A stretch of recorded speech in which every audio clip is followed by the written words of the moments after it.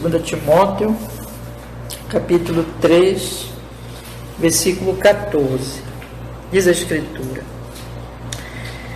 Tu, porém, permanece naquilo que aprendeste e de que foste inteirado, sabendo de quem o tens aprendido, e que desde a tua meninice sabes as sagradas Escrituras, que podem fazer-te sábio para a salvação pela fé que há em Cristo Jesus.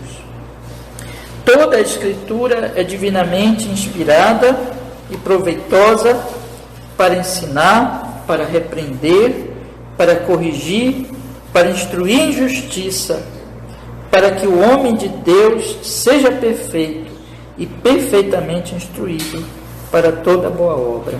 Amém, meus irmãos. Vamos orar, meus irmãos. Ó Senhor, nós estamos aqui hoje à noite, Senhor, para ouvir, Senhor, Sua palavra, para buscar a verdade, Senhor, de Sua revelação tão bendita, Deus.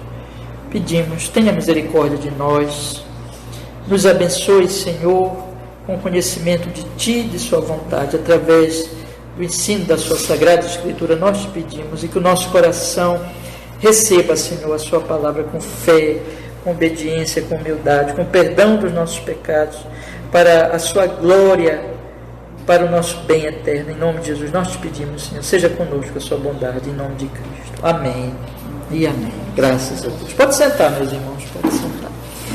Amém. Meus irmãos, hoje eu quero chamar a atenção de vocês, nessa mensagem nossa, estamos falando, né, nesse mês de janeiro, sobre a importância da Bíblia Sagrada para as nossas vidas. E hoje eu quero chamar a atenção dos irmãos, nessa mensagem de hoje, depois já falamos vários pontos aqui, vários assuntos, no que o apóstolo Paulo ele fala no versículo 16, quando ele diz assim: toda a Escritura é divinamente inspirada. Ele está dizendo aqui que a Sagrada Escritura, que esse livro que nós temos nas nossas mãos, é um livro diferente dos outros. É um livro que o Senhor nosso Deus, Ele nos concedeu, Ele nos deu. O sentido aqui é assim: Ele foi soprado, Ele foi revelado. Deus nos concedeu a Sua palavra. Então nós temos a Escritura como este livro. E este livro, como nós temos visto aqui, irmãos, ele é um livro que ele opera duas bênçãos na nossa vida. Primeiro, ele nos faz sábios para a salvação pela fé que há em Cristo Jesus. E depois de termos sido salvos, depois que nós somos crentes em Cristo Jesus, o apóstolo Paulo diz que ela é divinamente inspirada, né? E ela é proveitosa para ensinar, para repreender, para corrigir, para instruir em justiça, e para que o homem de Deus seja perfeito e perfeitamente instruído para toda boa obra. Então ela nos traz a mensagem da salvação em Cristo, pela fé em Cristo Jesus. E ela nos ensina a vontade de Deus, ela nos ensina, irmãos, aquilo que aqui está escrito como boa obra, como uma vida santa, uma vida na presença de Deus. Então isso é feito, irmãos, do fato de ela ser inspirada, de ela ser dada por Deus. Então é o único livro no mundo que nos aponta para Jesus Cristo, que nos mostra Jesus Cristo, que portanto nos leva à salvação pela fé nele, e nos trazendo esse conhecimento da salvação, nos ensina como nós devemos viver em boas obras, agradando a Deus, louvando a Deus, não mais para sermos salvos, nós já fomos salvos, mas para uma vida de obediência a Deus. Eu quero hoje chamar a atenção de vocês, irmãos, e apenas relembrando, rapidamente fazendo um resumo de tudo que nós já falamos aqui nessa série. Nós mostramos que a palavra de Deus, ela faz isso, ela nos dá o conhecimento da salvação no seu conteúdo, na sua história. Nós temos aqui na Bíblia a história da salvação, que é revelada a nós, é mostrada a nós através das alianças. Você lembra que nós já falamos? Aliança com Noé, aliança com Abraão, aliança com Moisés no Sinai, aliança com Davi, e no Novo Testamento a aliança principal, que é a nova aliança. Essas alianças do Antigo Testamento, elas são promessa, e no Novo Testamento nós temos então cumprimento dessa promessa do Antigo Testamento. E nós vimos, irmãos, que essa história da salvação, ela tem para nós aqueles pontos principais. A Bíblia conta a história que Deus criou todas as coisas, conta que o homem caiu, conta que Deus redimiu o homem em Cristo, redime o homem em Cristo, o seu Filho, e que a história está indo para uma consumação, ou seja, que Jesus vai voltar e que haverá então o estabelecimento de um novo céu, de uma nova terra, de um mundo novo, de uma nova criação, de uma nova humanidade, na presença desse santo Deus. Então, a história da Bíblia é essa. Ela fala então de uma queda, de uma criação, de uma queda, de uma redenção, de uma consumação. E é assim que ela mostra, olha, esse é o plano de Deus. E Deus salva no seu Filho Jesus. O homem caiu. Ele foi criado para viver para Deus, mas ele caiu. E nessa história, ela responde para nós aquelas perguntas, lembra?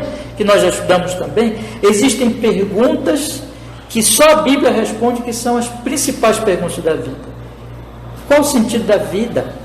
Eu fui criado, eu sou um acidente? Por que existe o mal no mundo? O que vem depois da morte? Há uma salvação, há uma solução para esse mundo? Então a Bíblia diz o seguinte: não, eu não sou um acidente. Eu fui criado para a glória de Deus, para amar a Deus, para amar o meu próximo, mas eu caí em Adão.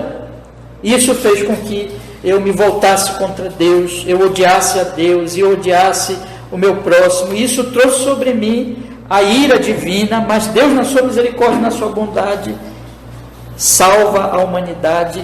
E aí está a salvação na pessoa do seu Filho, sendo que o Senhor Jesus Cristo, Ele tomou sobre si os nossos pecados e Ele então pagou a nossa dívida, ressuscita e nos salva, e em breve Ele voltará. Então essa é a mensagem da Bíblia. A Bíblia, ela responde para nós, meus irmãos, as grandes questões da vida. Mas nós vimos também semana passada que nós temos os inimigos dessa mensagem, os inimigos dessa palavra: a carne, o mundo e o diabo. Esses inimigos, eles atacam essa mensagem da Bíblia, eles distorcem essa mensagem e procuram nos desviar dessa mensagem da palavra de Deus.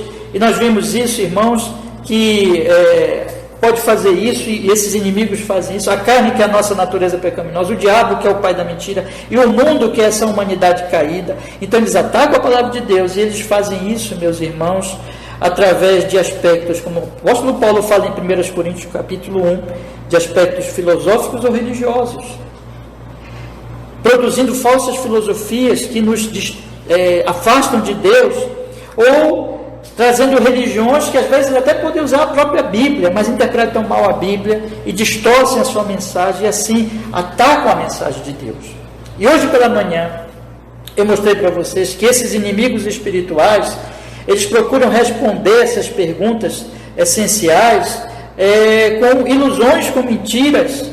Então eles criam, lá no Salmo 115, eu queria mais uma vez ler com vocês aqui, porque isso é muito importante. Convido vocês a abrirem a sua Bíblia no Salmo 115, nesse versículo que é muito interessante, que é muito importante. Salmo 115, no versículo 4, que fala dos ídolos.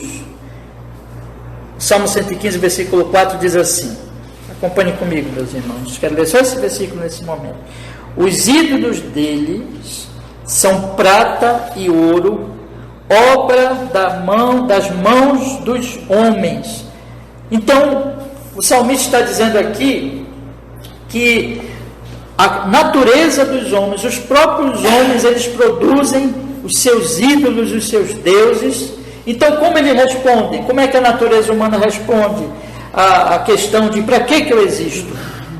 Vocês lembram que o apóstolo Paulo, falei pela manhã, o apóstolo Paulo diz assim: o amor ao dinheiro é a raiz de todos os males. Só para dar exemplo do dinheiro, não é que o dinheiro é a raiz dos males, mas o amor ao dinheiro. As pessoas então passam a viver pelos seus ídolos que elas mesmas criam. Então esses inimigos, eles dizem assim: para que você existe? Você existe para o dinheiro, você existe para os seus ídolos. Qual o sentido da vida? É isso. De onde você veio? Bom, eles inventam um Deus, como eu disse também, procurei mostrar pela manhã, que pode ser um Deus criador, mas não é o Deus da Bíblia, ou simplesmente como a família de Caim, que nós lemos também de manhã, eles vão lá ter a sua fazenda, o seu gado, capítulo 4 de Gênesis nos mostra isso, eles vão fazer música, eles vão fazer instrumento de cobre, de ferro, mas ali você não vê a menção de culto de Deus.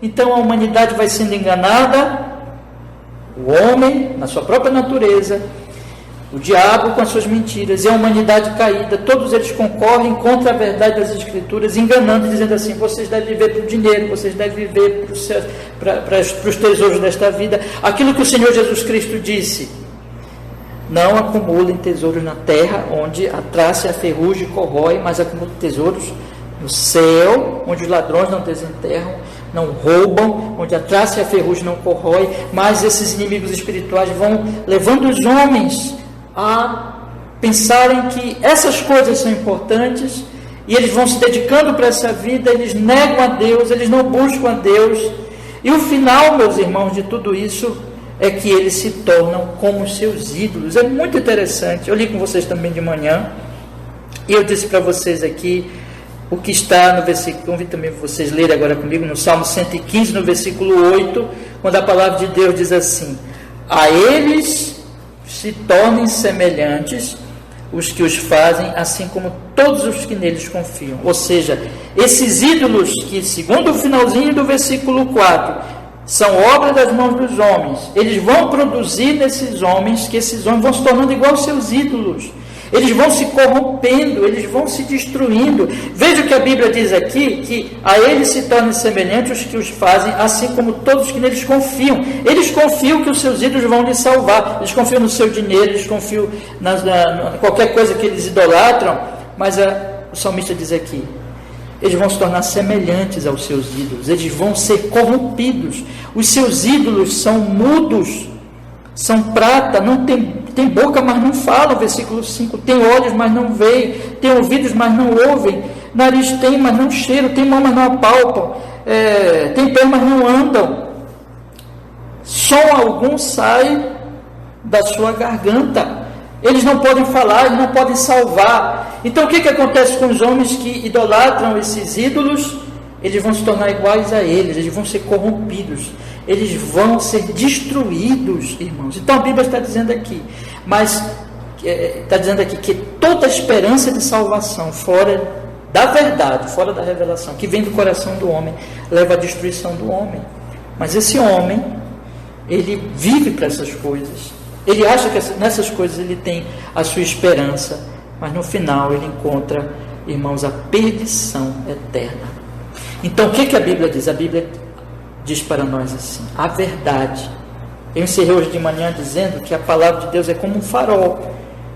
Nós vivemos nesse mundo que é como um mar tempestuoso, ventos procurando nos destruir, completamente escuro, em trevas, mas está lá o farol das Escrituras. E é por isso que o apóstolo Paulo diz na carta a Timóteo que ela nos torna sábios para a salvação pela fé que é em Cristo Jesus, o nosso Senhor, irmãos. E somente ela é essa lâmpada, somente ela tem essa mensagem, irmãos. Por quê, meus irmãos? Porque ela é do Espírito Santo. Eu quero voltar de novo para Timóteo. No início da mensagem eu destaquei aqui a questão dela ser inspirada, e agora eu quero destacar novamente. Os irmãos vão entender por quê. Isso tem a ver com um assunto que eu pretendo abordar agora à noite. Quando a palavra de Deus, ela diz aqui no versículo 16, toda a Escritura ela diz assim, divinamente inspirada, ou seja, ela é um milagre, ela é uma obra divina, ela é dada por Deus, ela é dada pelo Espírito Santo de Deus. Aqui, meus irmãos, nós chegamos então num ponto que eu quero chamar a atenção de vocês hoje. Eu disse para vocês de manhã que a partir de agora a gente vai tratar nos últimos estudos, que ainda quero, semana que vem eu quero ter mais 2 estudos sobre esse assunto de manhã e à noite, e aí nós encerramos e retornamos em fevereiro para as pregações normais que nós temos feito aqui na igreja. Mas eu quero chamar a atenção de vocês, e eu falei de manhã, que eu iria começar a falar para vocês, se a palavra de Deus ela é essa bênção, ela é essa lâmpada, ela é combatida pelos inimigos, mas ela apresenta a verdade. E quando ela diz também que nós temos esses inimigos, é para o nosso alerta. Então ela nos mostra a verdade, como ela diz assim, cuidado com os inimigos, é um alerta, né? Se isso é um fato, é uma verdade, se ela é o meio de nós nos tornarmos sábios para a salvação, se ela é inspirada e ela é proveitosa para nos repreender, para nos corrigir, para instruir em justiça, para que o homem de Deus seja perfeito, perfeitamente instruído para toda boa obra, se isso tudo é verdade, irmãos, fica uma questão agora que nós precisamos pensar. Como aproveitarmos esses benefícios da palavra de Deus? Esse é o ponto que eu quero meditar com vocês agora. Então, eu quero que nós pensemos assim, olha, nós só temos a Bíblia, nós só temos a Escritura que traz essa mensagem, esse benefício. O ponto é, o que eu vou fazer agora tendo essa informação? Eu sei que essa palavra é divina, eu sei que ela me faz sábio para a salvação, eu sei que nela eu tenho toda boa obra.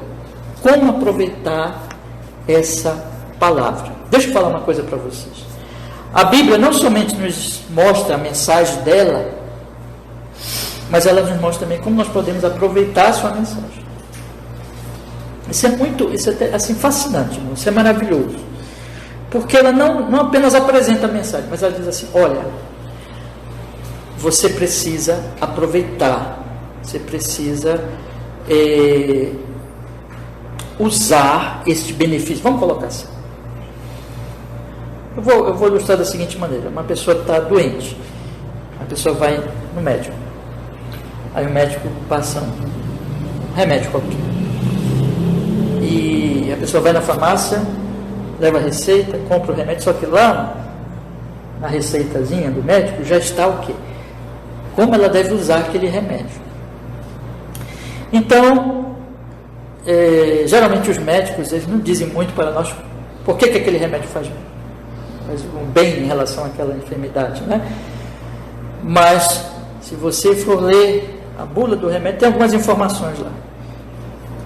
E não somente as informações sobre o benefício, alguma coisa sobre o benefício daquele remédio, mas como você deve o quê? Usá-lo. Quando você vai no médico, você ali já está com uma consciência, eu não posso me curar, eu tenho que ir ao médico, e eu vou relatar o que eu estou sentindo. Quando você vai ao médico, você já vai naquela confiança, de que aquela pessoa é um profissional, que estudou e que vai poder tratar de você. Ele tem conhecimento. E quando ele prescreve um remédio, aquele remédio, por trás daquele remédio também tem muito estudo. Todos nós sabemos disso, né? E as pessoas estudaram, descobriram aquilo, e procura ali colocar a dosagem certa e assim por diante. Então você tem um conhecimento e você tem como se aproveitar desse conhecimento que está ali naquelas pílulas, enfim. E você vai ter que usar aquele remédio de maneira correta. Eu estou falando isso, irmãos, porque algo semelhante acontece com a Escritura. Bom, eu sei disso, mas não basta saber. Tem muita gente que vai perder a sua alma, sabendo de tudo isso que eu falei para vocês todos esses domingos aqui. Vai perder a alma. Por quê? Porque ele não vai fazer uso disso. Ele não vai dar atenção. É como uma pessoa que vai no médico. O médico passa o remédio, prescreve a dosagem, faz tudo lá, ele leva para casa, até vai na farmácia comprar. Mas aí tem aquele tipo de coisa, né? Para certas doenças. Estava até conversando aqui de manhã, que a pessoa dá uma melhoradazinha, né? E já para de tomar o remédio. Então não completa todo o efeito dele e tal, né? Mas tem muitas pessoas que vão fazer assim, irmãos, que vão ouvir pregação, que vão ouvir essas coisas, mas simplesmente não vão aproveitar, não vão usar. Então, deixa eu lhes falar, não adianta saber essas verdades. Não adianta simplesmente ter um conhecimento teórico da doutrina do Evangelho. Não adianta simplesmente até conhecer bem o conteúdo das Escrituras, se não houver fé. Você percebe aqui que o apóstolo Paulo, ele diz que a palavra de Deus nos faz sábios para a salvação pela fé. A fé, irmãos, é esse uso. Deixa eu colocar isso para vocês. A fé, o que é a fé? Eu já vi vários pregadores ilustrarem assim, e é uma boa ilustração. Nós não podemos nos salvar. Nem a fé salva. Quem salva é Jesus. Não é a fé que salva. Quem salva é Cristo. Mas nós temos que ter fé em Cristo. Então a fé é como um instrumento. Não é a fé que salva, mas ela é um instrumento. A fé é o estender das mãos vazias ao Salvador. É segurar nele. É confiar nele. É esperar nele. Então isso é o uso. Uma pessoa pode ouvir o Evangelho, mas se ela não crer, ela não será salva. Uma pessoa pode ser até batizada, pode ser até membro de igreja, mas se ela não é uma crente em Cristo Jesus, ela pode ouvir pregação todo domingo. Mas se ela não crê, ela não está usando essa mensagem e ela vai perder a sua alma. Então, como é importante nós sabermos o seguinte: nós sabemos que a mensagem da Bíblia, mas sabemos também que nós temos que crer nessa mensagem. Nós temos que aproveitar, usar esse conhecimento que nós temos recebido da palavra de Deus. Há poucos dias eu vi um pequenino vídeo, desses que aparece nas redes sociais, de um famoso pregador, em que ele dizia assim: se você fosse um profissional capacitado em uma determinada área, mas você quisesse ter mais capacitação ainda naquela área, e alguém chegasse para você e dissesse assim: olha, está aqui o manual bem grosso, está aqui o manual desta área, desta profissão, você deve ler, se inteirar e aprender, estudar esse assunto aqui. Aquele profissional, se ele quisesse ser melhor ainda profissional e quisesse se aperfeiçoar naquilo, ele ia estudar aquele manual inteiro. Ele ia se dedicar a aprender aquele assunto. Será, meus irmãos, que tem um assunto mais importante do que Deus? Será que tem assunto mais fundamental, mais vital do que conhecer a Deus? Aí eu fico pensando nos evangélicos dos nossos dias, nos crentes dos nossos dias, que nem leem a Bíblia, nem meditam na palavra, não buscam ao Senhor, não ouvem a palavra pregada, ou se ouve com pouco caso. Então, há uma necessidade de nós entendermos que não basta eu saber. Tiago vai dizer que até os demônios creem, mas eles não serão salvos. Eles odeiam a Deus. Nós temos que perceber que existe um uso correto, e esse uso é o uso da fé. Mas eu quero chamar a atenção dos irmãos que a questão do aproveitar a palavra de Deus e do uso da palavra de Deus está relacionada a estes inimigos, de novo, da fé e da verdade: carne, o mundo e o diabo. Irmãos, vocês vão perceber que o ensino da Escritura é o seguinte: eu preciso não somente desse livro inspirado. E esse livro inspirado, ele é um milagre de Deus, ele não é uma produção humana. Sim, é uma produção humana, porque homens escreveram nas suas faculdades mentais normais, de acordo com seus talentos, de acordo com seus dons. Eles estavam ali escrevendo conscientemente aquelas palavras, mas por trás de tudo aquilo estava o Espírito Santo dirigindo para que as palavras registradas fossem da palavra de Deus.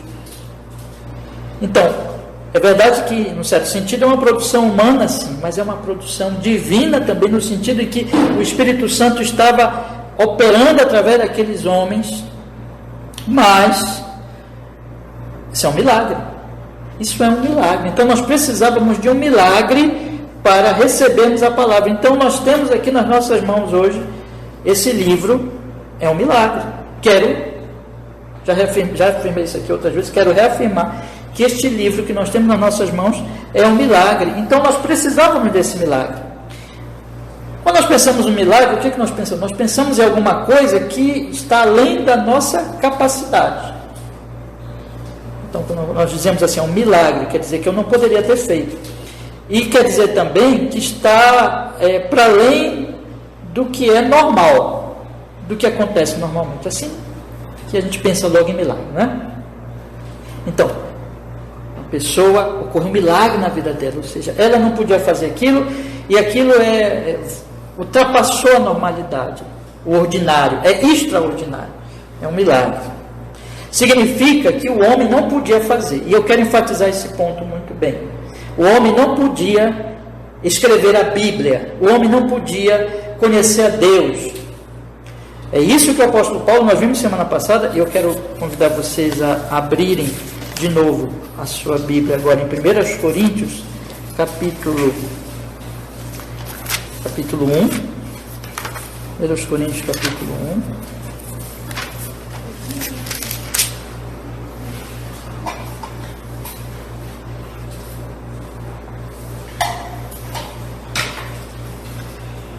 Coríntios capítulo 1, nós temos, irmãos, olha, o versículo 20.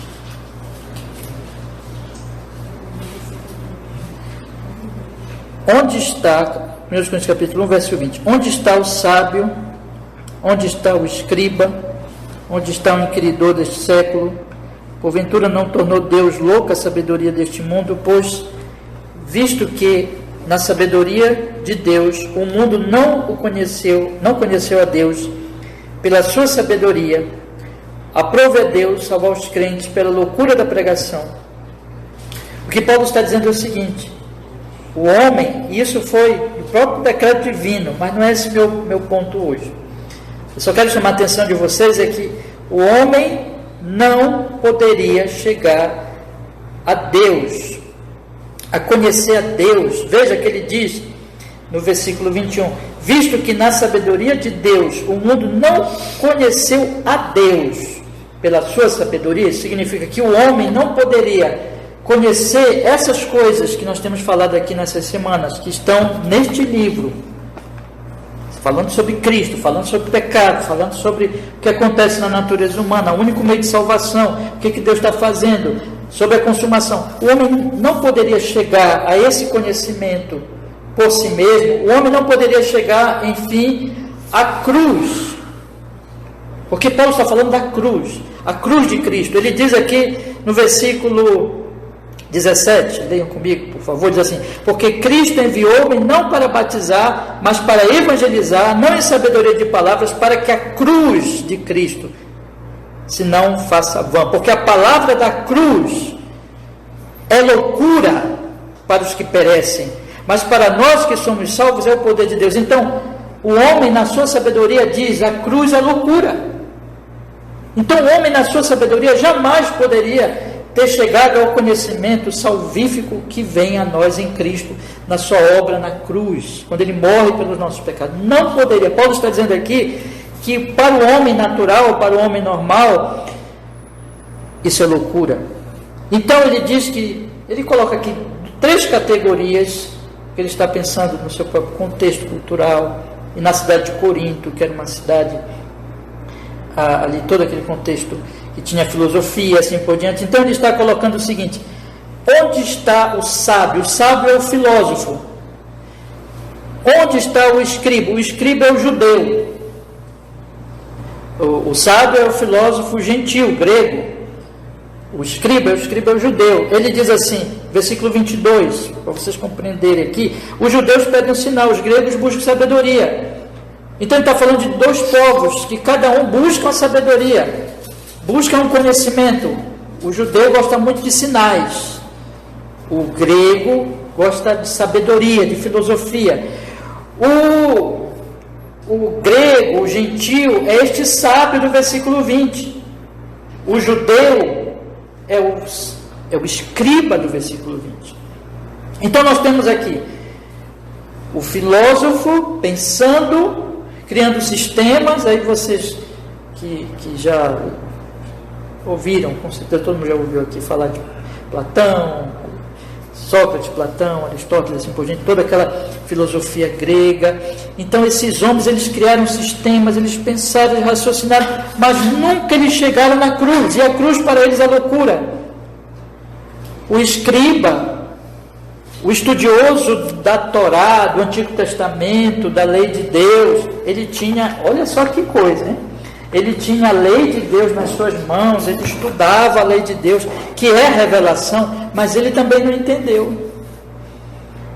Então o que Paulo está denunciando é o seguinte: existem, e eu falei para vocês como esses inimigos trabalham, a carne e o mundo do diabo, né? Tem um aspecto filosófico e tem um aspecto religioso. Então, existe a filosofia humana e existe a religião humana. Nenhuma delas chegou à cruz. Nenhuma delas. Então, por isso que nós precisamos desse livro inspirado. Esse livro tem que ser dado por Deus, essa revelação tem que vir de Deus, porque o homem, ele não consegue chegar a essa compreensão, nem pela filosofia, nem pela religião. Mas os irmãos, meus irmãos, precisamos entender que esse não é todo o problema. Porque, Deus deu a revelação, Deus deu a luz, mas aqui Paulo deixa uma pista para nós, que ainda que Deus tenha dado a revelação, nós precisamos de algo mais. Senão, não vai adiantar também. Quando ele fala aqui, irmãos, do escriba, da agorinha eu falei, mas agora eu quero tocar de novo para enfatizar este ponto. Quando ele fala do escriba, ele está falando daquele judeu que tem a revelação. Então, com isso, Paulo está dizendo que não adianta ter a revelação, ter o livro, ter a Bíblia, porque o homem, de novo, ele não vai entender, ele vai rejeitar a palavra de Deus. Vocês talvez digam assim: pastor, é porque a palavra de Deus ela é obscura, ela é difícil de entender? Não, ela não é difícil de entender a sua mensagem central, principal, que é a salvação em Cristo Jesus. Não é difícil, ela é clara. O problema não é que a palavra de Deus seja obscura, não é que Deus não tenha sido claro no que Ele ensinou e no que Ele mostra. O problema está no homem. Eu quero mostrar para vocês isso em Romanos capítulo 1. Vamos voltar daqui a pouco para Coríntios, tá? Mas eu quero mostrar para vocês Romanos capítulo 1. Romanos capítulo 1, versículo 18. O apóstolo Paulo, ele diz assim: porque do céu, Romanos capítulo 1, versículo 18, diz assim: porque do céu se manifesta a ira de Deus sobre toda a impiedade e injustiça dos homens que detêm a verdade e injustiça. Porquanto o que de Deus se pode conhecer, nele se manifesta, porque Deus lhe o manifestou. Porque as suas coisas invisíveis, desde a criação do mundo, tanto o seu eterno poder como a sua divindade, se entendem claramente se veem pelas coisas que estão criadas, para que eles fiquem inexcusáveis. Ou seja, Paulo está dizendo aqui em Romanos 1, 20, que a revelação de Deus não é obscura. E aqui ele não está falando da Escritura, aqui ele está falando da revelação na criação. Ele está dizendo que essa revelação não é obscura, ela é clara. Mas os homens rejeitam, por isso eles ficam inexcusáveis, isto é, eles ficam indesculpáveis. Eles não têm desculpa Ele não pode dizer assim, não é claro, é muito obscuro. Não é claro, mas eles que não querem. No versículo 21, diz que, porquanto, tendo conhecido a Deus, não glorificaram como Deus, nem lhe deram graças, antes em seus discursos se desvaneceram, e o seu coração insensato se obscureceu. Eles, e por isso que Paulo diz que eles detêm a verdade em justiça, são eles que, tendo conhecido a Deus, não glorificam, não dão graças a eles, mas em seus discursos se desvanece e o seu coração se obscurece. Então não é que a palavra seja obscura, não é que a revelação na criação seja obscura, o coração deles é que é obscuro. É no coração que está a escuridão. A revelação é luz, mas o coração está em escuridão. Agora eu vou ler outro texto com os irmãos que fala agora da revelação especial mesmo, que é a Bíblia, que é a palavra. Vamos agora olhar Evangelho de João, capítulo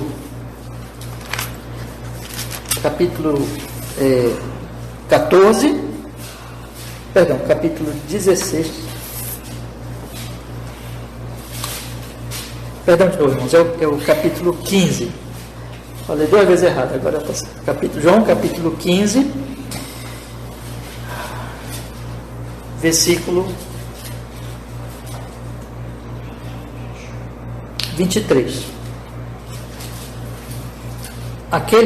João capítulo 15, versículo 23, diz assim: aquele que me odeia também a meu Pai.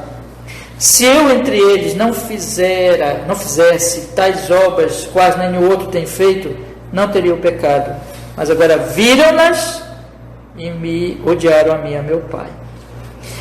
Mas é para que se cumpra a palavra que está escrita na sua lei: odiaram-me sem causa.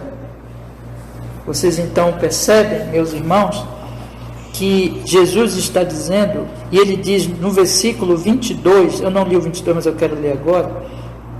Ele diz assim: se eu não viera, nem lhes houvera falado, não teria o pecado. Mas agora não tem desculpa do seu pecado. De novo, o que Jesus está dizendo? A semelhança de Paulo: eles são indesculpáveis, porque eu falei e eu fiz. Eu falei a palavra do Pai e eu fiz as obras do Pai. Porque vocês percebem, não é? Que diz no versículo 24 que ele fez tais obras, que são os milagres. Então tem os milagres e tem a palavra de Jesus, mas o mundo rejeitou. Rejeitou porque era obscuro? Não. Rejeitou porque não quis mesmo crer. Então, tanto em Romanos como aqui, isso é só para dar exemplo aos irmãos, a Bíblia está cheia dessas revelações, mostrando que o problema não é que Deus não se revelou. O problema está no nosso coração, está no coração dos homens. Então, meus irmãos, é uma coisa dita nas Sagradas Escrituras o seguinte: se depender, isso eu vou falar assim, de forma muito solene, irmãos, mas é uma verdade da Escritura. Deixa eu falar agora isso. É solene, é sério e é triste. A Bíblia mostra que, se depender de nós, a carne sempre vence. O diabo sempre vence. O mundo sempre vence. A Bíblia mostra que, no que depender de nós, nós não conseguimos aproveitar a revelação. A Bíblia mostra que, no que depender de nós, é impossível nós aproveitarmos a revelação, seja na criação, seja na Escritura. Então é por isso que você vê as pessoas acordarem toda manhã e elas perceberem o nascer do sol, a beleza da criação em sua volta, mesmo nesse mundo decadente, mesmo na nossa cidade tão mal cuidada, não é? Mas mesmo assim, olha para o céu, olha para as plantas, olha para si mesmo, olha para o pãozinho que está na sua mesa, e tudo isso está dizendo: Deus é amor, Deus é bom. Mas ela, em vez de adorar a Deus, vai sair para ganhar dinheiro sem pensar em Deus. Vai fazer tudo sem pensar em Deus. Romanos 1. Mas e o pessoal que tem Bíblia? As pessoas que têm Bíblia? As pessoas que têm igreja? As pessoas que têm pregação fiel? Se depender delas, elas vão fazer a mesma coisa. É isso que Jesus está dizendo. Irmãos, eu pergunto para vocês: tem maior pregador do que Jesus? Você já pensou que é isso? O próprio Deus encarnado veio a esse mundo, habitou entre nós, falou com eles, eles não creram? Vocês já pensaram o que é isso, irmãos? Teve maior pregador, teve pregador mais santo, mais verdadeiro, mais fiel do que o próprio Filho de Deus encarnado, falando ali para eles. E quem creu? Os judeus crucificaram Jesus. Isso significa que, se depender de nós, esse livro aqui, ninguém vai ler, ninguém vai ouvir. As pregações baseadas nesse livro, ninguém vai querer saber. Ninguém quer saber. O diabo sempre vai vencer. A carne sempre vai vencer. O mundo sempre vai enganar. Essa é a verdade da Escritura. Isso significa que ou acontece um milagre, ou nós estamos perdidos. É isso, irmãos. Se você crê em Jesus, pode, eu quero que você saia daqui pensando nisso. Se você é um crente hoje, é um milagre. Porque para você vencer o diabo, para você vencer o seu próprio coração que não quer saber do Evangelho, para você vencer este mundão cheio de engano, cheio de mentira, meu irmão, não foi você, não. Não foi você. E é por isso que nós precisamos de um poder maior que nós. O que a Escritura vai ensinar? E esse é o meu ponto. Eu estou aqui indo bem devagarzinho para enfatizar muito. Eu tenho só um ponto hoje para falar para vocês, praticamente, e eu quero enfatizar bastante. O que a Escritura ela mostra para nós aqui nesse texto? Vamos ler de novo aqui, irmãos, desde o versículo 20 até o 27. Eu quero mostrar para vocês um contraste aqui, importantíssimo. Vamos ler? Acompanhe comigo a partir do versículo 20. Ele diz assim, olha: lembrai-vos da palavra que vos disse: não é o servo maior do que o seu senhor. Se a mim me perseguiram, também vos perseguirão a vós. Se guardar a minha palavra, também guardarão a vossa. Você percebe que tem gente que vai perseguir, mas tem gente que vai guardar, não é? Mas tudo isso vos farão por causa do meu nome, porque não conhece aquele que me enviou. Se eu não viera, nem lhes houvera falado, não teriam pecado. Mas agora não tem desculpa do seu pecado. Aquele que me odeia, odeia também a meu Pai. Se eu entre eles não fizesse tais obras, quais nenhum outro tem feito, não teriam pecado. Mas agora viram-nas e me odiaram a mim e a meu Pai. Mas é para que se cumpra a palavra que está escrita na sua lei: odiaram-me sem causa. Isso aqui parece tão tão depressivo, tão triste. Ninguém crê, né? Todo mundo odeia Deus, ninguém quer saber. Mas tem um mais. E esse mais aqui, é por isso que eu estou aqui, quero dizer para vocês, irmãos, com toda seriedade, por isso que eu estou pregando hoje à noite, porque se não fosse esse mais, eu ia fazer outra coisa na vida. Mas esse mais, o que esse mais diz? Olha o versículo 26. Mas quando vier o Consolador, que eu da parte do Pai vos hei de enviar, aquele Espírito de verdade, que procede do Pai, ele testificará de mim. E mais, e vós também testificareis, pois estiveste comigo desde o princípio. Aqui está. O Espírito Santo é o que pode fazer o que nós não podemos fazer. É o Espírito Santo que testifica E é o Espírito Santo que testifica através dos apóstolos, que são esses que viram Jesus desde o início do seu ministério. E é o Espírito Santo que ele vai dizer mais adiante um bocadinho aí. Acompanhe comigo no capítulo 16 e no versículo 8. E quando ele vier, quem é ele? Olha, no versículo 7 ele diz, o Consolador, que é o Espírito que ele chama naquele texto que nós acabamos de ler, de Espírito da verdade. E quando ele vier, convencerá o mundo do pecado e da justiça e do juízo.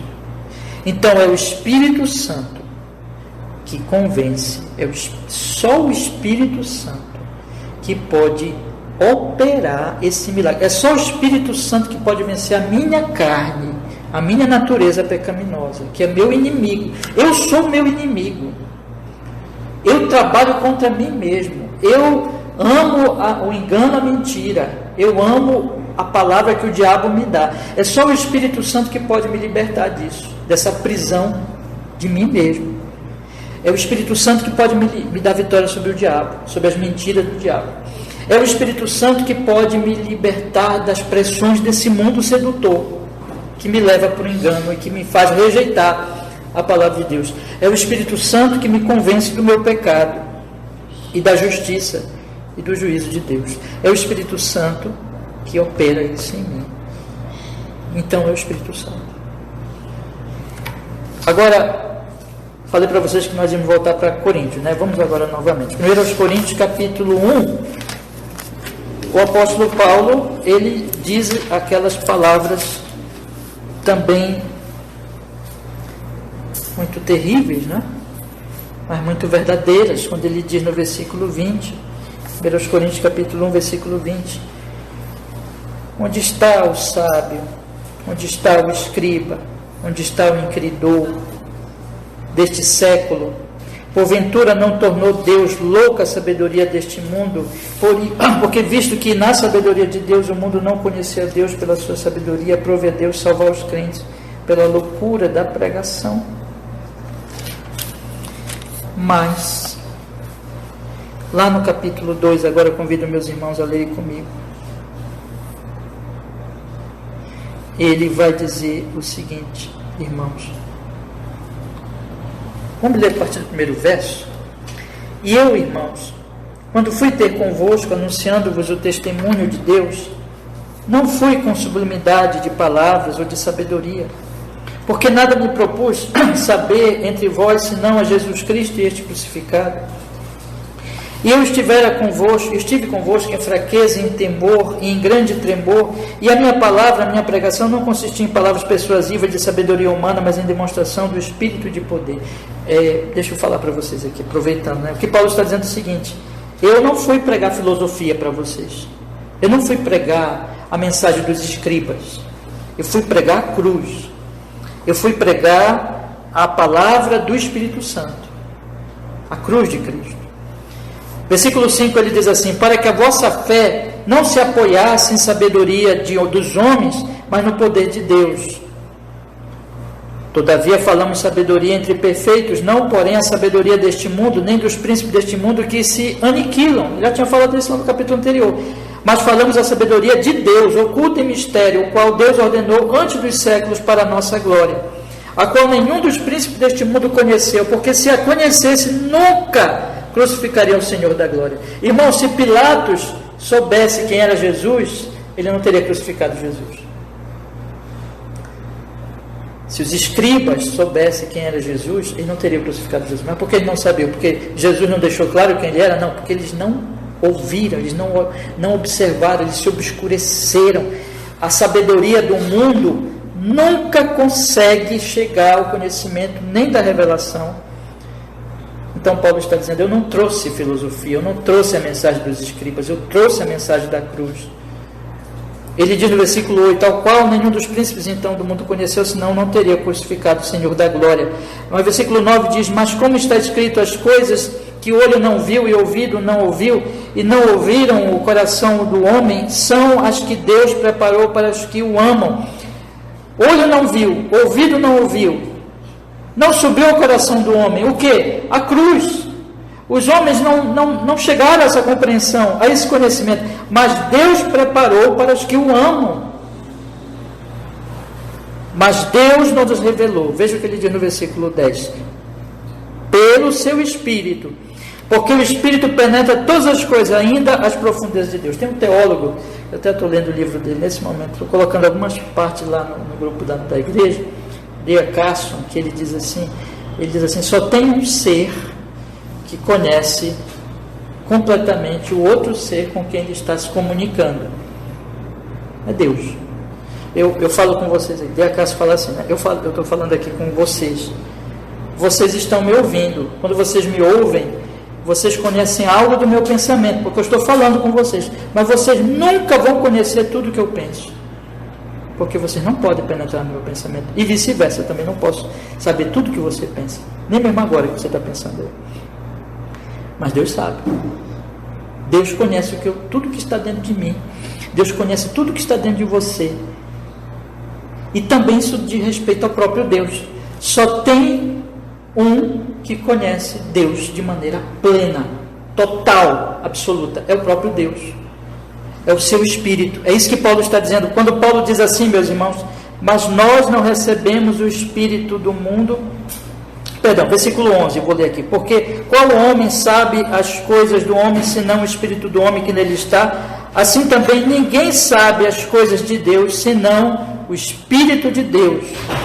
Mas nós não recebemos o Espírito do mundo, mas o Espírito que provém de Deus, para que pudéssemos conhecer o que nos é dado gratuitamente por Deus. Ninguém sabe as coisas de Deus, senão o seu Espírito. E nós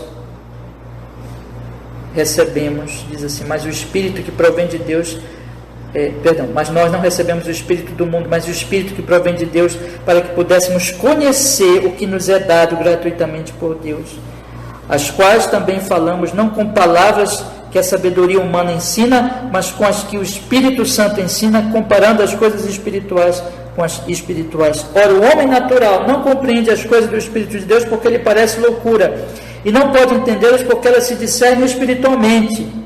Mas o que é espiritual discerne bem tudo, e ele de ninguém é discernido, porque quem conheceu a mente do Senhor para que possa instruí-lo? Mas nós temos a mente de Cristo. O que Paulo está dizendo? Paulo está dizendo o seguinte: aconteceu um milagre em nós que cremos. Nós que cremos, o Espírito Santo mostrou para nós, é isso que ele está, vou ler de novo o versículo 12, mas nós não recebemos o Espírito do mundo, mas o Espírito que provém de Deus, para que pudéssemos conhecer o que nos é dado gratuitamente por Deus. Ele está dizendo então que o Espírito veio e operou em nós um milagre. Então, em resumo, irmãos, o que a Escritura ensina? A Escritura ensina o seguinte: o filósofo não podia chegar à cruz, o escriba não podia chegar à cruz, o homem natural, seja o filósofo, seja o religioso, nunca poderia chegar à cruz. Mas aí então, Deus deu a Bíblia, Deus soprou a sua palavra que mostra o Evangelho da cruz. Mas tem outro problema, é que mesmo tendo a Bíblia, o próprio escriba que tinha a Bíblia não entendia. O homem vai rejeitar sempre, o homem está perdido. Ele pode ter uma Bíblia, ele pode até ler essa Bíblia, ele pode até ir numa igreja, ele pode até ouvir uma pregação verdadeira, mas o problema está nele. Ele precisa do Espírito Santo, ele precisa do Espírito que vem e faz isso que Paulo diz no verso 12: nós não recebemos o Espírito do mundo, mas o Espírito que provém de Deus, para que pudéssemos conhecer o que nos é dado gratuitamente por Deus. Nós precisávamos receber o Espírito Santo, e esse Espírito Santo então que vem, irmãos, e nos faz ouvir a palavra de Deus. Então, quando vocês pegarem esse livro nas suas mãos, queria que vocês fizessem isso a partir de hoje, pensassem assim, vocês olhassem para esse livro que nós temos é uma tradução português, nós não temos original. Os originais mesmos que são os inspirados, né? Nós não temos mais, mas nós temos as traduções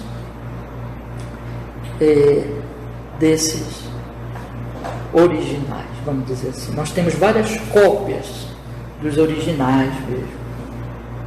E essas cópias, pela ação de Deus, bênção de Deus, preservaram aquele texto. E hoje nós temos as traduções desse texto na nossa língua. Então, ainda que as traduções podem ter variações e até falhas, mas o texto mesmo, que foi preservado nessas várias cópias, não tem falha, é a palavra de Deus.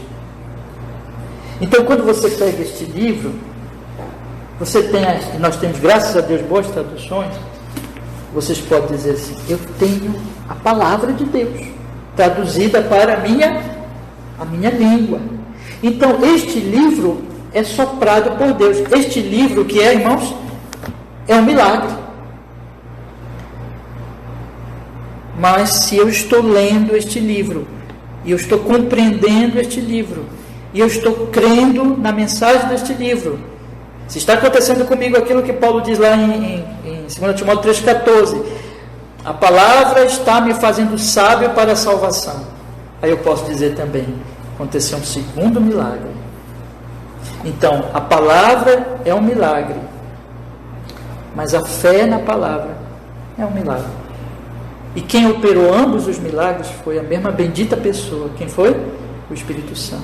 O Espírito Santo deu a palavra e o Espírito Santo me deu a fé na palavra.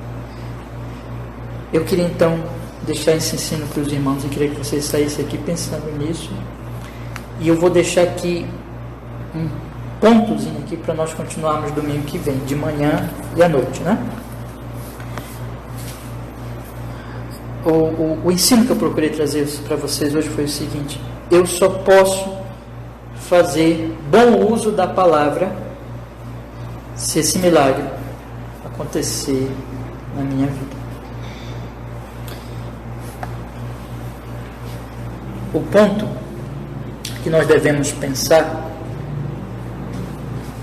agora, duas questões que nós devemos pensar é o seguinte: primeiro, esse milagre aconteceu em mim? Ou seja, eu sou um crente. Segundo, se eu não sou um crente, isso significa que este milagre não aconteceu. O que fazer? Agora eu quero colocar um terceiro aspecto aqui. E esse aspecto nós vamos abordar semana que vem, meus irmãos. Se eu já sou um crente, no caso de eu já ser um crente, isso significa que isso já aconteceu na minha vida, né? Este milagre já aconteceu na minha vida. Se eu já sou um crente, e aí? O que eu devo fazer? O que eu preciso fazer? Agora. Eu quero então encerrar, irmãos, lendo com vocês Colossenses. Colossenses, no capítulo 3. Capítulo 3.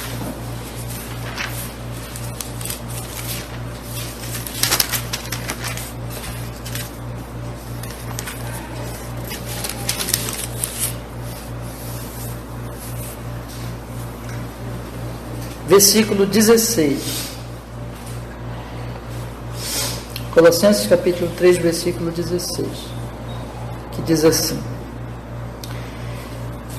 a palavra de Cristo habite em vós abundantemente, em toda sabedoria, ensinando-vos e admoestando-vos uns aos outros, com salmos, hinos e cânticos espirituais, cantando ao Senhor com graça em vosso coração.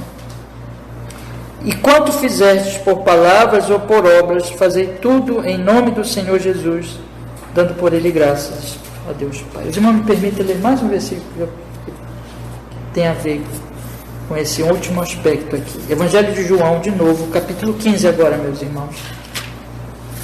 Evangelho de João, capítulo 15.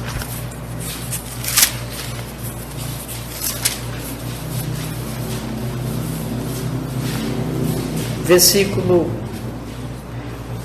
2, 1, 2 e 3, vamos ler os 3 versículos. Diz assim: eu sou a videira verdadeira, meu pai é o lavrador. Toda vara em mim que não dá fruto, atira, e limpa toda aquela que dá fruto, para que dê mais fruto. Vós já estáis limpos pela palavra que vos tenho falado. Você vê que Jesus fala duas coisas, né? Vocês já estão limpos pela palavra, mas o Pai continua limpando pela palavra. Então, eu preciso me expor à palavra. E quando a palavra já fez a sua obra na minha vida, eu preciso continuar me expondo à palavra. Então, o que eu vou desenvolver esse assunto semana que vem, mas o que eu quero deixar para os meus irmãos? É que, ainda que a Bíblia diga que é um milagre, que se é um milagre, na verdade, eu não posso operar esse milagre. No entanto, na Escritura, duas coisas vão coexistir, lado a lado. A obra da graça de Deus, que é soberana, que não depende do homem, ela vai estar sempre na Escritura, lado a lado, com a responsabilidade humana. Então, o que eu quero aconselhar você que está aqui, e eu vou desenvolver isso mais semana que vem. Se algum dos meus irmãos aqui não tem certeza, se alguém aqui não tem certeza que é um crente, a palavra de Deus diz para você: se exponha à palavra, busque a palavra,